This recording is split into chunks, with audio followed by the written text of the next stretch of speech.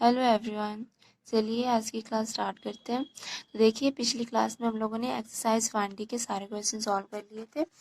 पूरे 11 के यहाँ पे लास्ट तक क्वेश्चन सॉल्व हो गए थे हम लोग के। आज हम लोग को एक्सरसाइज 1 ही स्टार्ट करनी है। तो देखिए पहला क्वेश्चन क्या दिया है, निम्नलिखित में से परिमेय संख्याएं छांट कर लिखिए।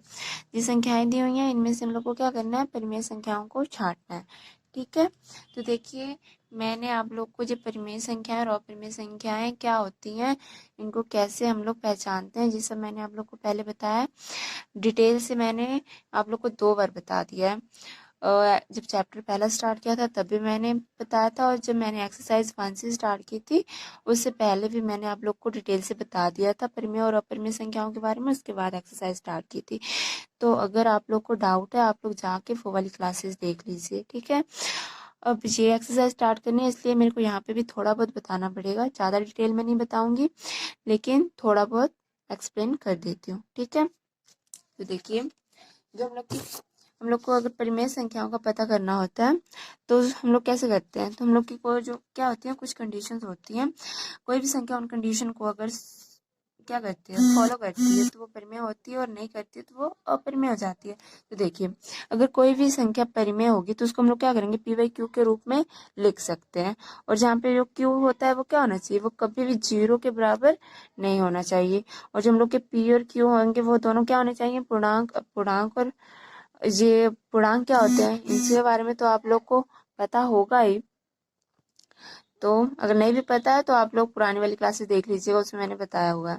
ठीक है, और साथ में जो पी और क्यू का एचसीएफ है वो 1 होना चाहिए। तो ये हम लोग की कुछ कंडीशन है, जिस सब ये अगर कोई भी संख्या फॉलो करेगी तो वो क्या हो जाएंगी, परिमेय। फॉलो नहीं करेगी तो अपरिमेय। ठीक है, तो एक तो ये तरीका हो गया। और कुछ देखिए, कुछ ऐसी संख्याएं होती हैं जिनको हम लोग देखते तुरंत बता देते हैं कि वो अपरिमेय है। तो वो कौन सी संख्या होती हैं, देखिए जो हम लोग की अभाज्य संख्याएं होती हैं। अब अभाज्य संख्याएं तो आप लोग को पता ही होंगी क्या होती है, जिनके सिर्फ और सिर्फ क्या होते हैं, 2 गुणनखंड होते हैं। ओके, 2 से ज्यादा नहीं होते हैं, वही क्या होती है, अभाज्य संख्याएं।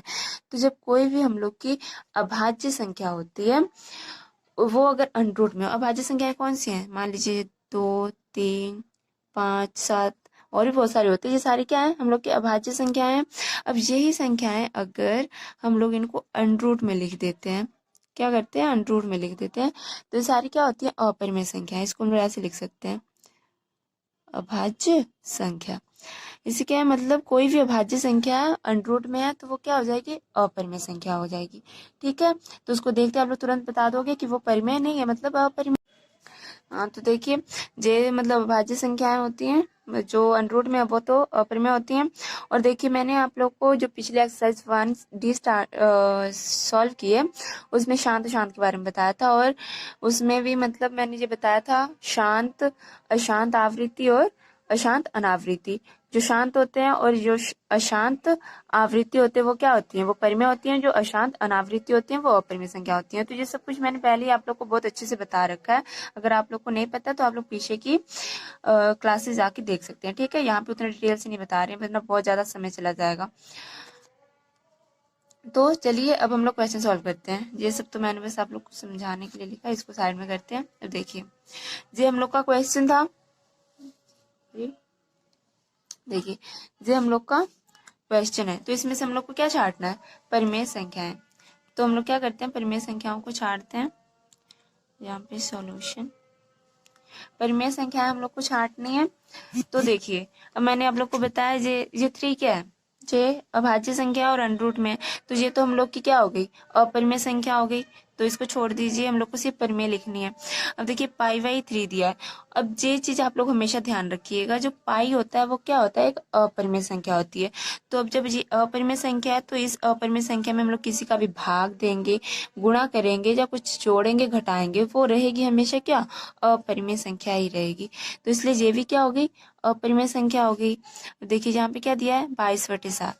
तो देखिए ये चीज हमेशा जहाँ पे पाई दिया होगा, पाई पाई तो हमेशा क्या होगी, अपरिमेय, अपरिमेय संख्या। लेकिन जो पाई के 2 मान होते हैं, कौन कौन से मान होते हैं, 22/7, या फिर इसी को हम लोग 3.14 लिख सकते हैं। जब ये मान दिया होगा तो ये मान आप लोग का हमेशा क्या होगा, परिमेय संख्या होगी। ठीक है, ठीक है, इतना याद रख लीजिए। ये तो ये कंडीशन आप लोग फॉलो करवा के भी देख सकते हो, आप लोग का वही आएगा। लेकिन मतलब इतना सब देखने से बेटर है कि आप लोग थोड़ा सा याद कर लो। पाई है तो वो क्या हो जी, अपरिमेय संख्या। और पाई का मान अगर दे दिया है, मतलब 22/7 या 3.14 दे दिया है, तो वो सब क्या हो जाएंगी, परिमेय संख्या हो जाएंगी। ठीक है, तो इसलिए यहाँ पे क्या है, 22/7 ये क्या हो जाएगी हम लोग की परिमेय संख्या। यहाँ पे देखिए क्या दिया है, 3√4।